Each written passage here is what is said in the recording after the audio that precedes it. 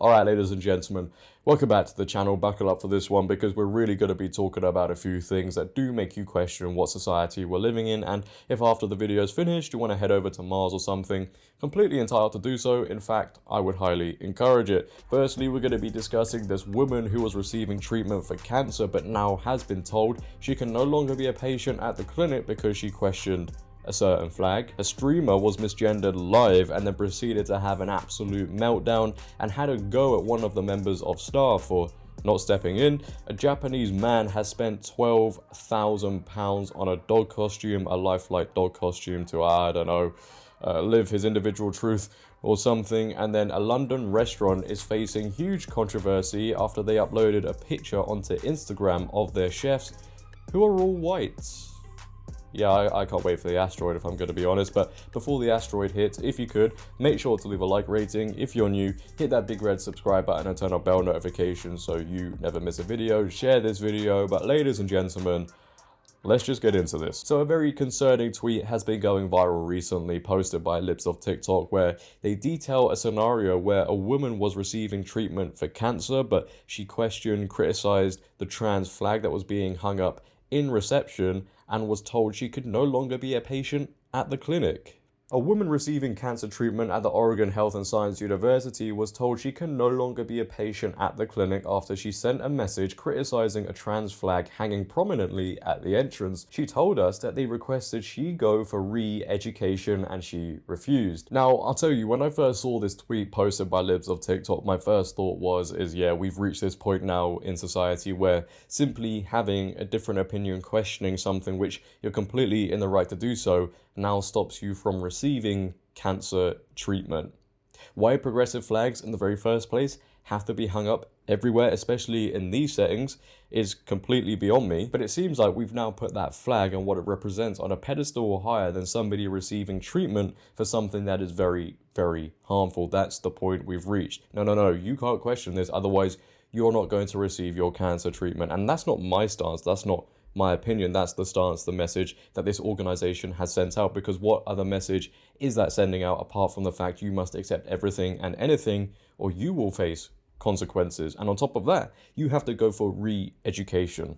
It's forced compliance, ladies and gentlemen, but Libs of TikTok also attached the image of the message that was sent by this woman, and it goes as follows. I would like to speak with you directly as I no longer trust that my communications are filtered in good faith by the staff. Additionally, I do not feel comfortable as a gender-critical woman who believes gender to be a nonsense and sex bodies to be a reality. I do not feel comfortable coming into Richmond with that enormous transgender banner hanging like a flag behind the reception desk. Where is the flag for women, for children? I have been threatened on Twitter by trans activists with and death, so it is daunting to go for medical treatment with that banner proclaiming that what I am, an adult human female, calling myself that now is hateful per OHSU. A woman is a mere opt-in category for any gender non-conforming male and not a reality itself. This negates women completely, and they are not asking. Women are being told once again what we are and what we may be is to be defined and limited by men who have some preferences they like to enforce, which include BP males claiming every female right to privacy and protection from male patterns.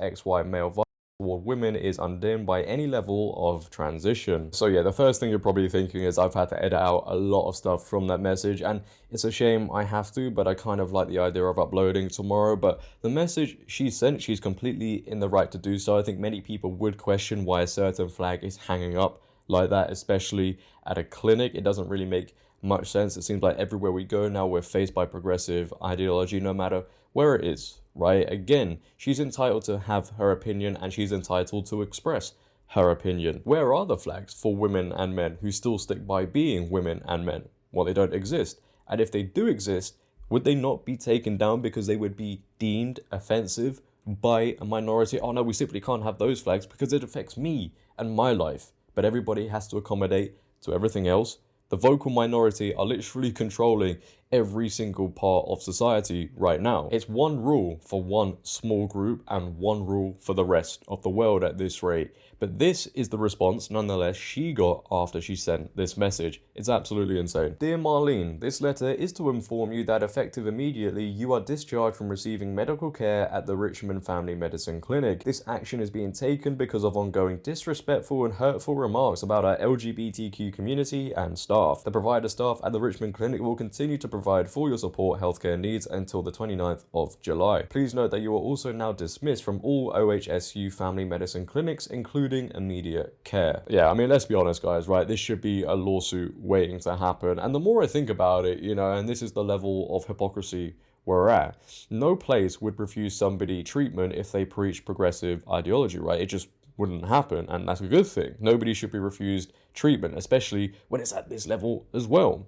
But then, if they emailed a place saying, well, I don't like this American flag being hung up, it offends me, it stands for all these bad things, it stands for racism, etc., etc., I can guarantee you that place would be pressured into taking it down. Do you know one of the most insane things is right now as I speak, and this has just come to my head right now, there's going to be people on Twitter who have seen this woman who has received treatment for cancer and now is being refused that treatment, told she has to go somewhere else because she criticized a certain flag, and they're going to be sat there cheering, thinking, this is great. What more can I say, ladies and gentlemen? It doesn't matter what it is. Even if your health is being affected, you must not stand by anything that goes against progressive ideology. I hope she goes the legal route and gets some justice, because this is absolutely disgraceful. But on to the next one, and the madness simply doesn't stop. Yeah, keep that seatbelt in. We have a man who is identifying as a woman, dresses up as a woman, who was live streaming at a restaurant and proceeded to get misgendered by a group of boys who walked past, had a huge meltdown, and even had a go at one of the members of staff for not stepping in and calming down the situation. Take a watch. I am not, sir. Do you want to say that to the camera? Hundreds and hundreds of people watching you? Me right now? Yeah, go ahead. Oh, no. No, go ahead. You just called me a man. Don't be a coward. Don't be a coward. Yeah, you're a coward. Come on over. Say what you got to say to me. Oh, you don't want to call me a man in my face? Come on over. What do you got to say? What do you got to say about transgender people? I didn't know you were trans. Yeah, go ahead. I didn't know you was trans. Go ahead. I did not know this man was trans. Wait, what do you go by? What do you go by? Does it matter? It does, because I'm asking you. Say what you got to say. There's a lot of people watching you. The real question is, it doesn't matter if you're transgender or not. Are you with that? Are you with the people that march and be like, we're coming for your kids? That's where it's bad. That's when it gets bad. Oh, niggas need to stay up. What's your name? Me? Yeah. K. K? K. K-A-Y? K-A-Y. Okay, and what's your name? I don't have to give you any of mine. You certainly don't. What's your My name? name's JJ, and is y'all thing a cult? It's like LGBTTL a cult or something?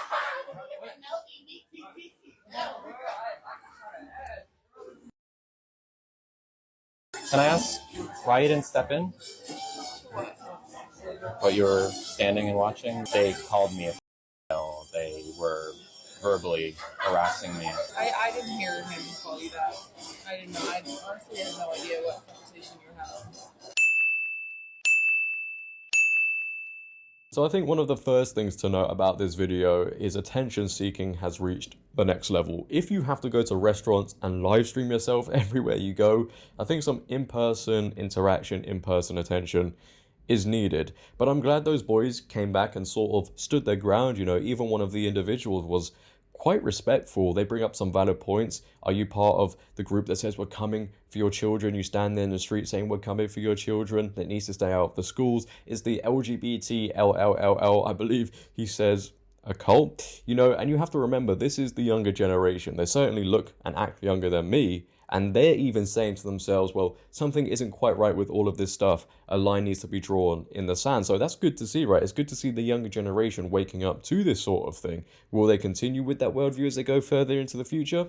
Only time will tell. But it's also another classic case of people not reaffirming somebody's identity, their beliefs, and they simply can't believe it because throughout their whole life, They have been told that they're in the right for identifying as XYZ, and nobody can again question something. So when it is questioned and the truth, is kind of presented to them on the plate and not the food, the truth is on the plate, they can't stomach it and they go berserk, they go crazy. Even the member of staff is at fault here for apparently not stepping in. Apparently the boys called them a certain word. Now that word wasn't even in the video, and I'm sure if they did, they would have left it in the video, so I'm inclined to believe it didn't happen. But this is how much cotton wool must be wrapped across the world around certain groups, individuals. Nobody's feelings can be hurt, nobody can be offended, even if it is the truth. You know what, it almost reminds me of this very famous clip here. Excuse me, it's ma'am! Only if the world knew what was to come, eh? I think this video so far clearly highlights only one side of the argument must be heard, one side of the argument must exist, and anything else is simply the worst crime committed on the planet. So yeah, where really to begin with this one, ladies and gentlemen? I'm sure most of you have seen this. I'm struggling as it is with the topics of videos we've spoken about so far, but a Japanese man has spent £12,000. Let me say that again. £12,000 on a lifelike dog costume. Now I'll give it to them, okay? It does look very realistic, but that's as far as my praise stretches, because I'm actually getting very concerned with the direction of society and the planet as a whole. But here is a short clip of this man in his dog costume representing the end times. Enjoy.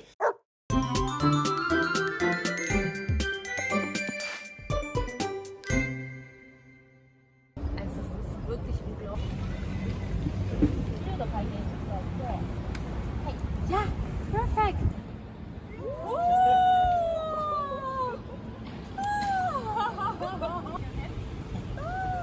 Good boy. Amazing. One more time. Yeah, cool, buddy. Thank you. Be careful.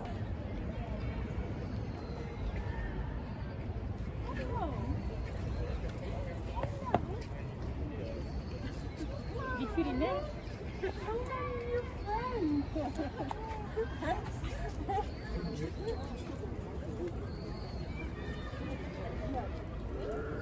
Don't worry, we are the biggest one here. Yeah, you know what? Things are really getting out of control here.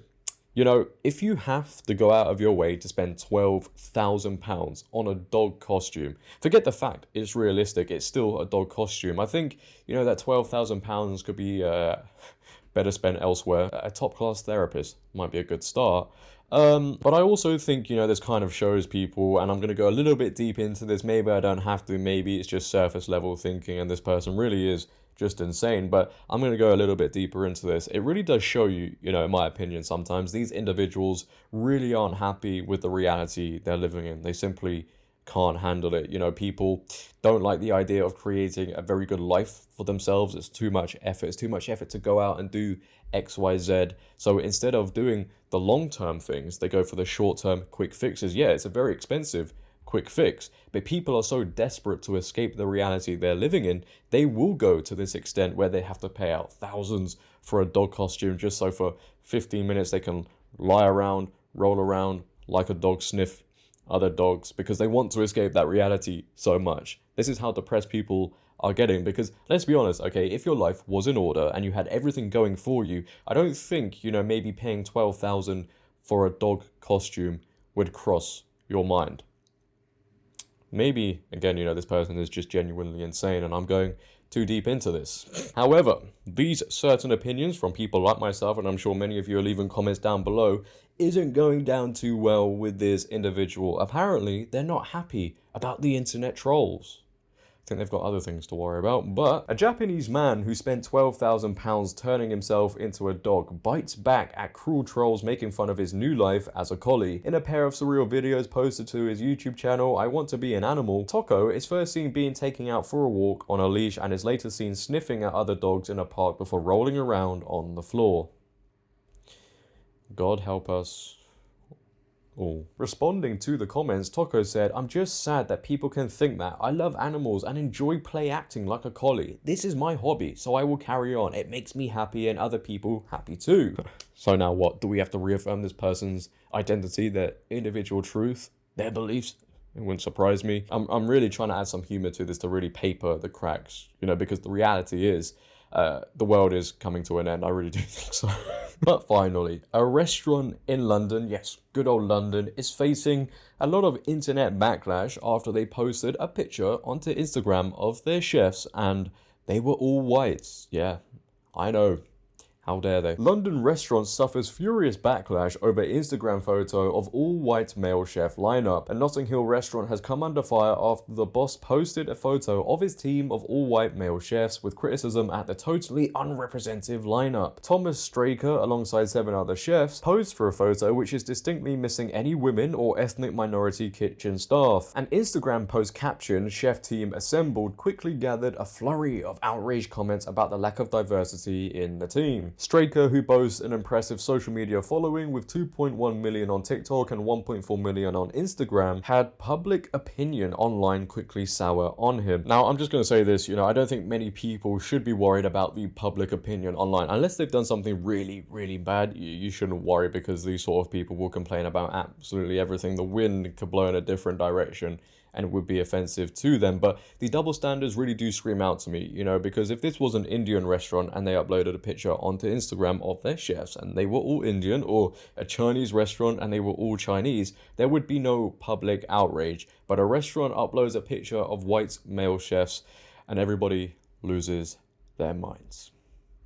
I personally, and I think many people who are still watching will agree with me, don't care about the race of the people, of the chefs cooking my food. I think most of us just care about the taste of the food. And if we just hire people for the sake of being diverse, the product really does start to, be affected. We've seen it in multiple situations. And on the women's side of things, there are so many amazing, great female chefs. Okay, nobody's disputing that whatsoever, but I think it's widely known, and it's not controversial to say, the restaurant business is very male dominated, of all races, by the way. So let's stop trying to put square pegs in round holes for the sake of putting square pegs in round holes, because it doesn't serve anybody. As long as the food tastes good, right? It looks good, the restaurant is clean, etc., etc. What is the issue? There is none.